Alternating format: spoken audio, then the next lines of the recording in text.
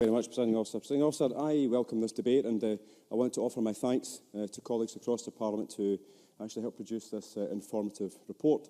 Committee reports and committee work sometimes doesn't always obtain the coverage that it deserves, but I think that this report actually has been well received, and it's certainly something that I thought was certainly something of a report that actually had a lot of information in it, but also something of use to that wider debate in terms of banking in our high streets today.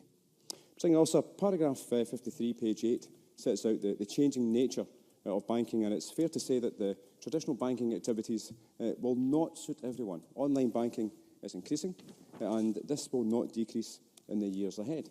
And Presiding Officer, I want to focus my comments now actually just on my own constituency. I mean, like others already have spoken, and no doubt others after me, they're going to touch upon issues regarding their own constituency, and I'm going to do the same. Greenock and Inverclyde has lost banks in Port Glasgow, Gourock and also Greenock, and in recent years the Royal Bank of Scotland they closed a branch in West Blackhall Street and moved the services to its Cathcart Street branch just at the other end of the town centre. Now, I am an RBS customer, and I have been for many years.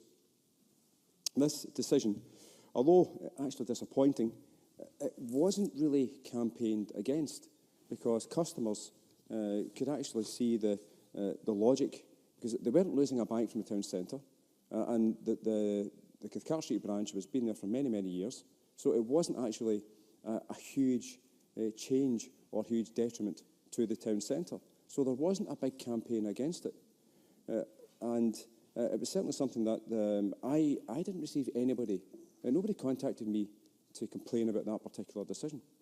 But this summer, I was informed that the RBS, they now want to close that Cathcart Street branch and move the facilities to the mortgage centre, which is less than 1 mile away. Now, 1 mile in a town centre, it might not seem like a lot. Certainly 1 mile in a rural area might be a bit different, and obviously colleagues have touched upon having to go to a bank maybe 20 miles or so away. But I genuinely disagree with this decision that the RBS have put forward. I disagree with it for a variety of reasons. First of all, moving the bank out of the town centre to the basically the outskirts of the town, in between two stations, it's going to take away people actually having the chance to actually go off a train and go down to the bank, which is literally 100 metres away. Secondly, although the distance isn't really that far away, its location means that customers who actually do go to it, well, they actually need to plan their visit in addition to doing any of their other activities. But this, I mean that at the moment, with the Cathcart Street branch in the town centre, folk can actually go into the bank. You can also go and spend money in other parts of the town centre. I mean, there's a cafe just downstairs, and there's also other shops just downstairs. So taking it out of the town centre takes away that economic opportunity. And thirdly, I do not believe that consultation has been done.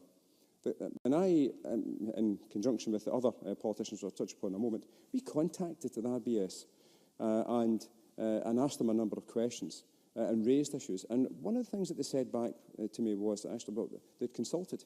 Now, as a customer, I wasn't consulted, but the level of consultation was, apparently they had somebody in the Cathcart Street branch, and when folk came in, they just asked them a couple of questions.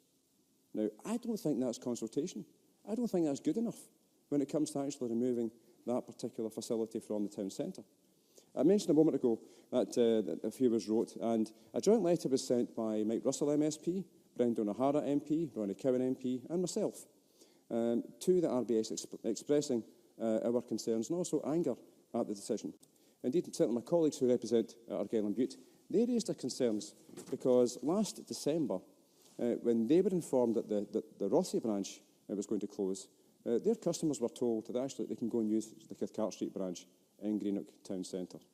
Now, this takes the branch further away from Rossi and its customers, and also makes it more challenging for those customers who actually rely upon the issue of public transport to actually get to Greenock. Now, as I mentioned a moment ago, Greenock Central Station is just across the road from the Cathcart Street branch, whereas the mortgage centre is right in the middle between Greenock Central Station and the Cartstike Station.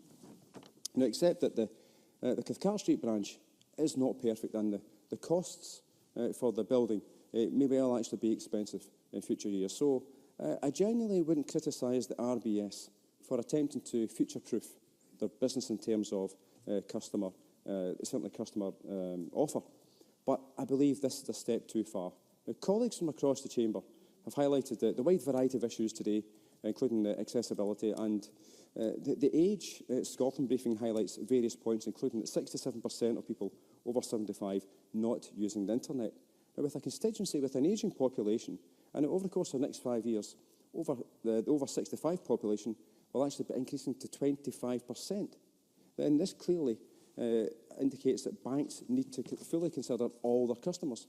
Now, Dean Lockhart earlier spoke about the devolved and reserved matters, and also suggested that the Scottish Government and UK Government should actually be working together. Now, I agree with him on this point, and I don't usually agree with Tories, but I agree with him on this point. But the UK Government must also use its influence. 70% of the stake in RBS is actually should be utilised to help the communities and also our constituents. Now, paragraph 128, page 26 of the report asks the Scottish Government, local authorities and banks to work together. I agree, but also agree with Mike Rumbles, who's unfortunately not here at the moment, and I certainly won't make a habit of agreeing with Mike Rumbles. But Mike Rumbles made the point, that possibly too many of the recommendations have let the UK Government off the hook. And with that, I agree with him. Thank you very much. Thank you very much.